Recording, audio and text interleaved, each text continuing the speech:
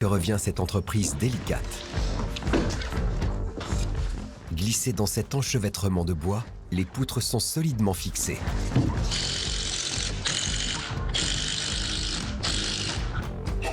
Elles sont ensuite reliées à la base de l'ancienne charpente grâce à ces petits bouts de bois appelés des quilles.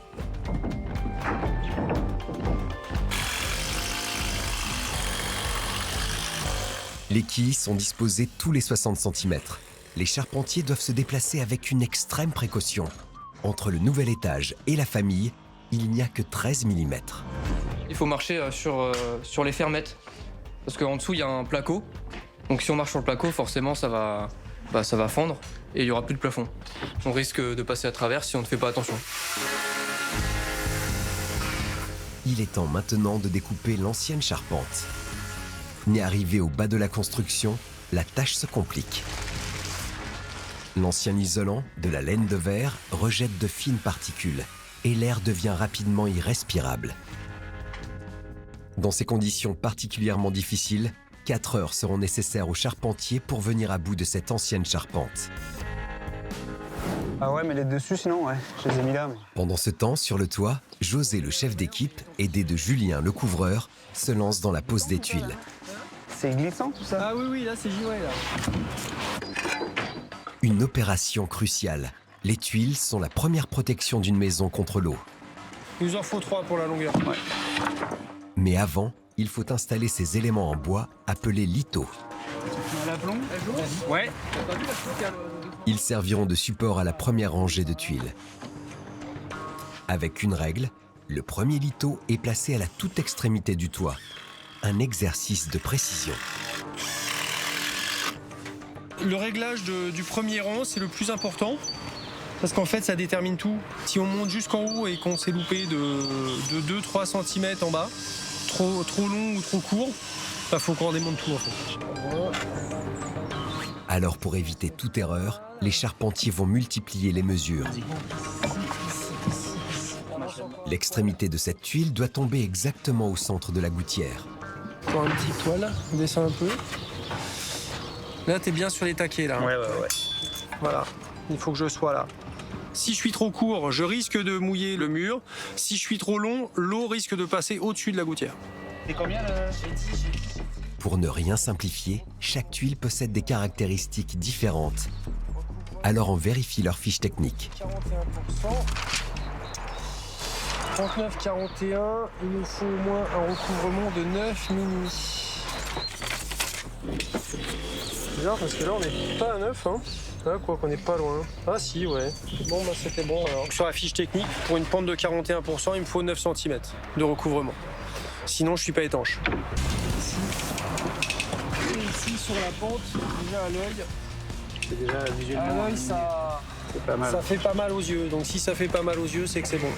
Là, ça plaque, nickel, partout. Il ne reste plus qu'à poser la suite des lithos avec le même écartement.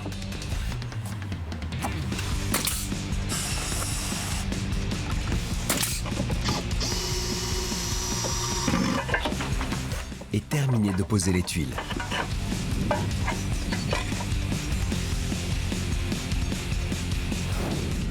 À l'intérieur, le chantier a aussi bien avancé. L'ancienne charpente a été complètement découpée. Il est temps d'installer les fenêtres. Vas-y. Moi, je suis prêt, je suis archi levé. La pose des fenêtres marquera la fin de ce chantier de surélévation qui a permis à cette maison de gagner 80 mètres carrés. Dernière étape, l'aménagement des chambres. Retour dans la banlieue toulousaine. Avec la fin de la surélévation de cette maison en L, la famille aura bientôt son bureau en rez-de-chaussée pour travailler au calme et un nouvel étage réservé aux enfants avec leurs 2 chambres et leur salle de bain. Avec son nouveau toit, la maison a été mise à l'abri des intempéries et il ne reste presque rien de l'ancien toit. Maintenant, il faut détruire le reste de l'ancienne charpente pour y glisser la totalité des poutres espace. Le problème, c'est qu'une telle opération pourrait provoquer l'effondrement redouté du plafond. Mais une technique audacieuse va être utilisée pour le protéger. Cette partie-là, on va être obligé de suspendre les plafonds. Donc on va mettre des sangles qui vont être accrochées au plafond en fait et qui vont venir chercher la charpente de la surélévation. Une fois qu'on aura sanglé les plafonds, on pourra couper toute la partie de la charpente qui nous gêne pour ensuite venir glisser les poutres espace qui restent à mettre. Une fois le chantier sécurisé, la charpente est minutieusement découpée. Coupe le contre-vêtement aussi, s'il te plaît. Et l'espace nécessaire dégagé pour pouvoir installer les poutres espace.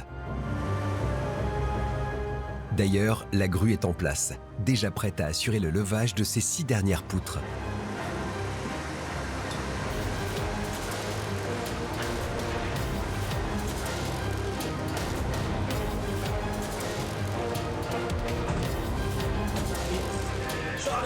Une fois que les poutres espace sont posées, on raccroche les anciens plafonds au nouveau plancher poutre espace et à partir de ce moment-là, la maison est resécurisée.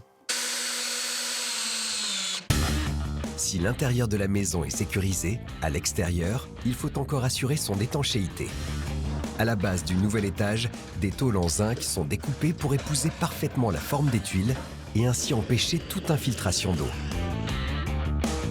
Sur le toit, ce sont de simples tuiles superposées qui protégeront le nouvel étage des intempéries.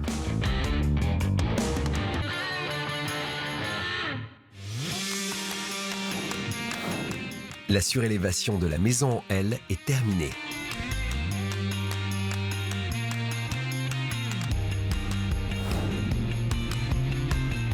Les parents n'auront plus qu'à aménager ces 50 mètres carrés destinés à devenir les nouvelles chambres de leurs 2 filles.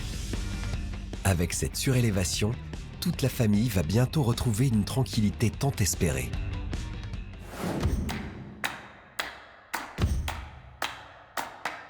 À l'est de Paris, les travaux de surélévation de la maison des années 70 sont terminés. La famille a gagné un étage en plus et 80 mètres carrés. Il est temps pour le couple de découvrir ce nouvel espace de vie. À l'intérieur, avec ses 4 mètres de hauteur sous plafond, le volume est impressionnant. On a 2 maisons empilées, l'une sur l'autre. Avec plafond cathédrale. Poutres apparentes. Ouais. Un changement radical pour ce couple qui dormait jusque-là dans son sous-sol, avec pour seule vue un soupirail. On aura le soleil qui se lève dans notre chambre. Ça va faire du bien. Et les enfants, ils verront les couchers de soleil. La promesse d'une vie nouvelle pour toute la famille. Vivement la fin. C'est ça.